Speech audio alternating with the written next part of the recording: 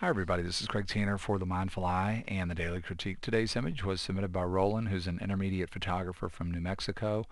The backstory, Roland says he was shooting from the top of a parking garage, just looking down on a downtown street. He says he really likes the idea of this capture where everybody's sort of seemingly oblivious to each other, all going in different directions. He shot this with an Nikon D50 18 to 55 zoom at 55 millimeters, ISO 200, f9.5, 1/350th of a second. Under questions and comments, Roland says, what could have been done to strengthen the image?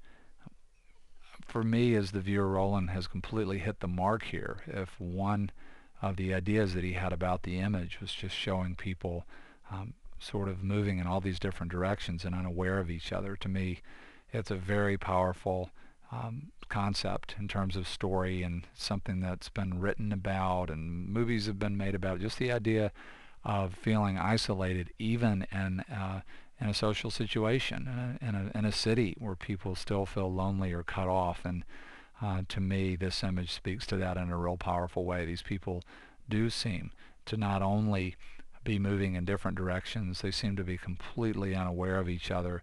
And not only that, they also represent different archetypes. You have masculine and feminine, and you have this guy who seems to be walking with a ton of purpose, like maybe he's a business person, and she looks a lot more casual, and she's even in a different mode than that. And all of those different things, to me, start to really set up a very powerful, not only sense of story, but also a real archetypal idea, which is just social isolation in the face of being around a lot of other people. The other thing that I really wanted to mention here is a possible takeaway from the video at the level of design is just the idea of radical camera position.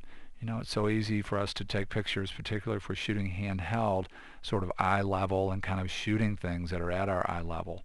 And there's sort of four basic ways that we could think about choosing more of a radical camera position. One would be just getting closer. A lot of times we don't get close enough. Doing what Roland's done here, which is shooting high to low. In this case, it's very high to low. Low to high, and then another one would be just low, getting low and shooting things that are low. All of those are going to get us out of that sort of normal camera position. And the thing about those camera positions is it'll create a different look than what people are used to seeing, but it also can start to have big time psychological implications. And this idea of very high to low can start to suggest a lot of cinematic themes that we're going to think about, that we've sort of been trained by cinema to think about. The idea of Big Brother watching us or an angel looking over us. You know, I can even start to think about specific movies when I think about this shot. So just two things to think about when it comes to radical camera position. The idea of a design that has an effect because it's different view. The psychological impact, and then another thing is it can really help to simplify our shots a lot of times, and very high to low can do an amazing job of simplifying. Now the people as characters in this story have this real simple graphic background, which is just the ground around them because of how high Roland is and the steep angle he's shooting at. A lot of interesting things to think about if you're thinking about design and taking pictures. Another thing that I'm really enjoying about Roland's image is just his framing and this sort of powerful series of geometric shapes. But when I look at some of these implied triangles and powerful rectangles and all this geometry, the way that Roland has framed this, to me, there seems to be a real simple but powerful balance in terms of the way the building and the structure of that is pushing back and forth with the street and then with the sidewalk in the middle and the people. And I think that helps to really add to the power of the movement of the people.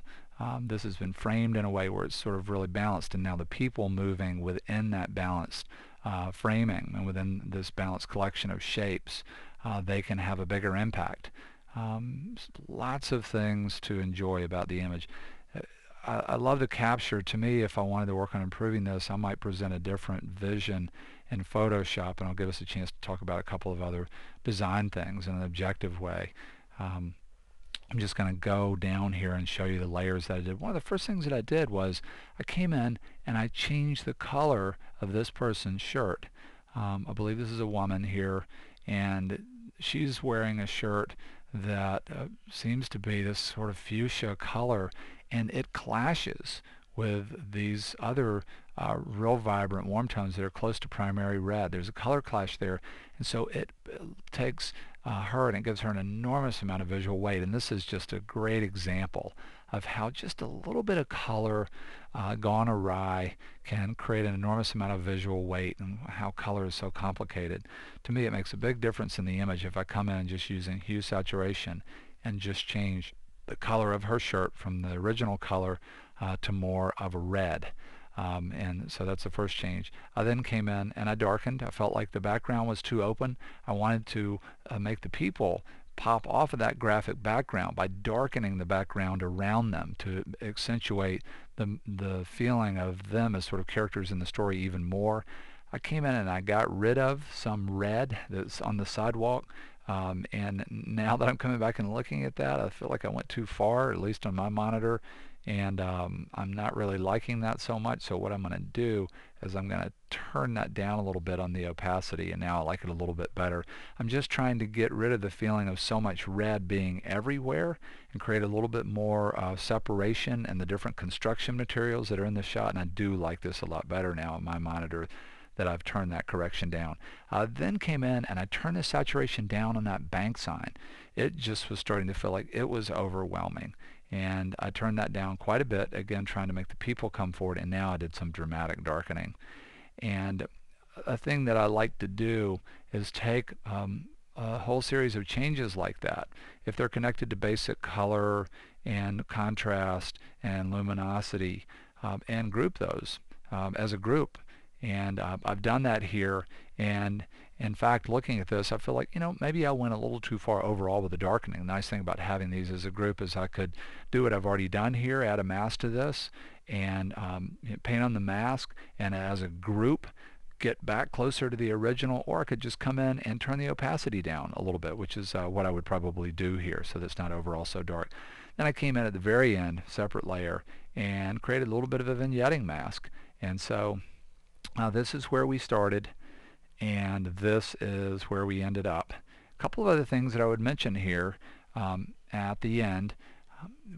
I could definitely hear somebody asking a question about this sort of skewing here, and what I straighten that out. When the camera is pointed very high to low or very low to high, I think you can get away with those kinds of architectural sort of keystoning distortions and things. And so I really like the way this is balanced here with this. I went in and I looked at selectively straighten this, and I really didn't like what happened. I felt like it messed up the balance of some of the movement of these angles and things. And so I just wanted to mention that in case anybody had a question.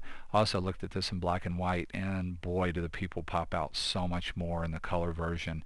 Black and white really wasn't very interesting to me at all. To me, this is just an absolutely fantastic capture, and two very simple things that you could take away from this. Just the idea of radical camera position, and also the idea of thinking conceptually, and looking down and then sort of coming up with an idea, and in this case waiting for the right moment. And just a great capture by Roland. I want to say a big thank you to him for sharing this image with us on the Mindful Eyes Daily Critique.